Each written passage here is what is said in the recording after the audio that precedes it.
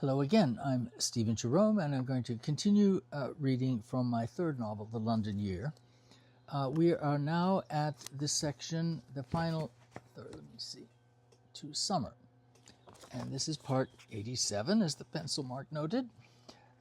We're about two-thirds through the novel, so, we're just plowing on here. But the new section is called Summer. I was surprised just how bloody hot London could get. Crowded buses were worse than the tube because they never moved fast enough to circulate the air. One day I saw a sweaty conductor leaning over seated passengers to gape longingly at people splashing in a Hyde Park fountain. He was a dark-skinned West Indian man, and I imagined him dreaming of his tropical homeland, wondering why he ever thought sooty, congested London was the place he wanted to end up. I was thinking of home turf, too. My London clock was now on the waning side, and on some levels I wasn't sorry. The good part was that Tess and I were together and growing together. We had friends, met for lunch, made delicious dinners, and I'd spend comfortable nights at her place several times a week. She rarely came to Wandsworth Bridge Road, never stayed the night. The flat was my space. The secrets were there. Both of us were compartmentalizing because the good parts were so good. Neither of us were our best when we were apart. We started talking seriously about Tess coming to the States, making a go of it together in Los Angeles. Just the thought added wind to our sails.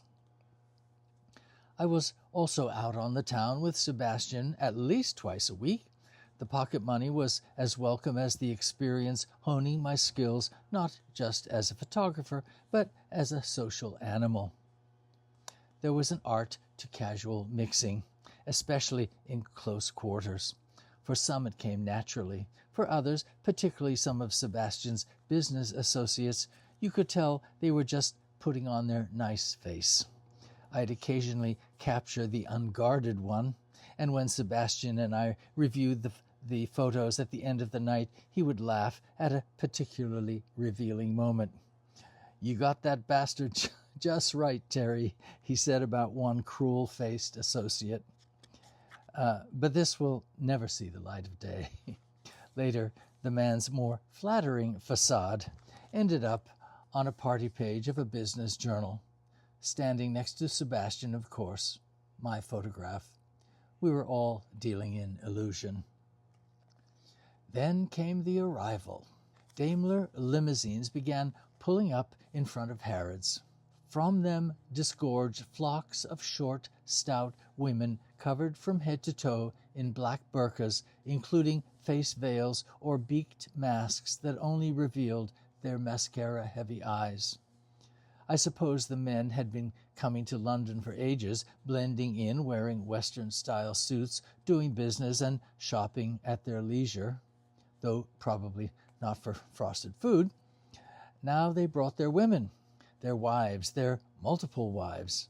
Most of us had never seen authentic Arab attire in person, yet overnight they were moving among us, paying in cash in big wads of fresh bills drawn from their gold-chain Chanel handbags. Moving as they did in groups throughout the store, entirely covered, their presence was as conspicuous as it was just plain odd. Then they kept on coming until years later the Arabs would buy Harrods outright, alas, with regrettable results.